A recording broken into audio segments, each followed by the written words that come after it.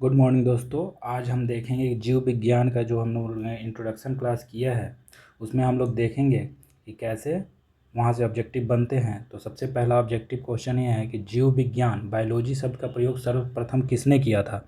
जीव विज्ञान बायोलॉजी शब्द का सर्वप्रथम किसने यूज किया था। तो लेमार्क तथा ट्रेवी रेनस ने किया था, ऐसा हम लोगों ने पढ़ रखा है। ठीक है।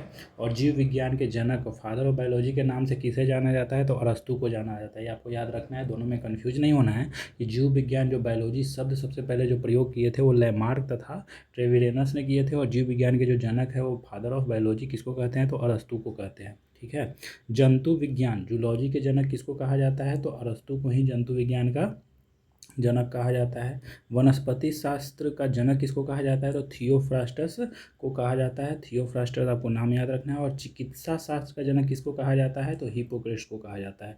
ये सारा हम लोगों ने इंट्रोडक्शन क्लास में सारा देख लिया है। बॉटनी, यहाँ पर जूलॉजी था, अरस्तु साहब थे। और यहाँ बॉटनी शब्द की उत्पत्ति किस भाषा में भाषा के शब्द से हुई है। तो ग्रीक भाषा से हुई है। ठीक है। अच्छा, हिस्टोरिया प्लांटेरम पुस्तक के लेखक कौन है। तो थियोफ्रेस्टस है, ये आपको याद रखना है। हिस्टोरिया एनिमालियम पुस्तक के लेखक कौन है। तो अरस्तु है, ये भी आपको याद रखना है। चिकित्सा शास्त्र के विद्यार्थियों को किसकी शपथ दिलाई जाती है। तो वर्ल्ड में आप देखेंगे तो हिपोक्रेट्स को दिलाई जाती है, क्योंकि ये चिकित्सा शास्त्र के जनक माने जाते हैं। लेकिन भारत में अब जो चिकित्सा शास्त्र के विद्यार्थियों को जो शपथ दिलाई जाती है वो चरक का दिलाया जाता है। ठीक है। तो ये आपको याद रखना है।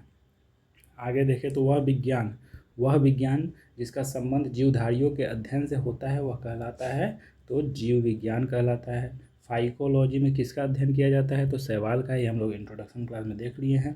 पर्यावरण का अध्ययन जीव विज्ञान के किस शाखा के अंतर्गत किया जाता है। तो पारिस्थितिकी इकोसिस्टम में किया जाता है। फूलों के संवर्धन के विज्ञान को क्या कहते हैं। तो फूलों के संवर्धन के विज्ञान को क्या कहते हैं। तो फिनोलॉजी कहते हैं। ये आपको याद रखना है। ठीक है। डेंड्रोलॉजी का संबंध किससे है। तो झाड़ियों से है।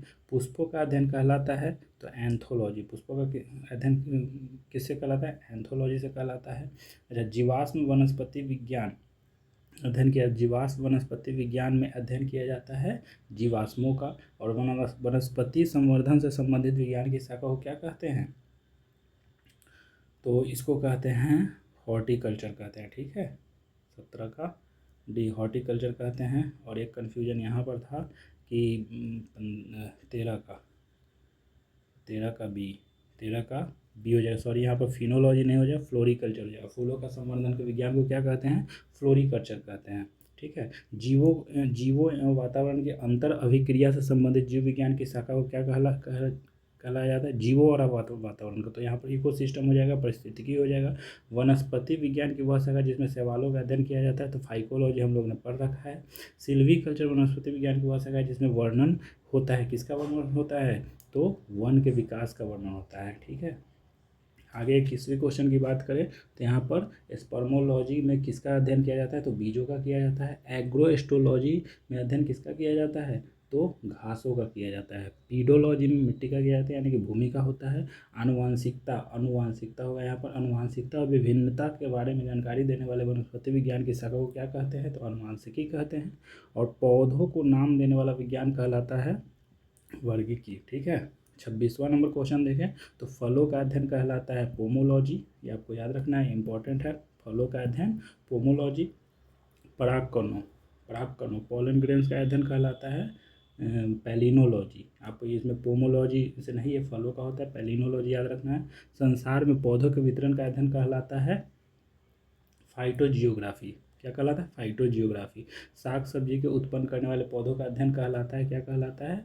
तो सिल्वीकल्चर कहलाता है। कंफर्म कर लेते हैं 29 का क्या होता है। सिल्वीकल्चर होता है कि नहीं, कंफर्म कर लेते हैं। 29 का ए होता है। 29 का ए, सॉरी, सिल्वीकल्चर तो दूसरा चीज़ हो जाएगा। ओलेरी कल्चर होता है। ठीक है। साग सब्जी उत्पन्न करने वाले पौधे का अध्ययन क्या होता है। ओलेरी कल्चर होता है। वार्षिक वलय एनुअल रिंग का अध्ययन क्या कहलाता है। तो डेंड्रोक्रोनोलॉजी कहलाता है। ठीक है। सजावटी वृक्ष तथा झाड़ियों के संवर्धन से संबंधित अध्ययन कहलाता है आर्बोरी कल्चर। ठीक है। सजावटी वृक्ष है यहाँ पर। ठीक है। तो इसका आपको याद रखना है आर्बोरी कल्चर। पौधों की आंतरिक संरचना का अध्ययन क्या कहलाता है। तो शारीरिकी कहलाता है। पादप विज्ञान की शाखा कवक शास्त्र में किसका अध्ययन किया जाता है, तो फफूंद का किया जाता है, ठीक है, फंगस का। एग्रो फॉरेस्ट्री क्या कहलाता है, तो कृषि के साथ साथ उसी भूमि पर काष्ठीय बारहमासी वृक्ष लगाना ही एग्रो फॉरेस्ट्री होता है। तो इसको आपको याद रखना है, इम्पोर्टेंट है ये। वृक्ष संवर्धन किसका अध्ययन है, तो वृक्ष संवर्धन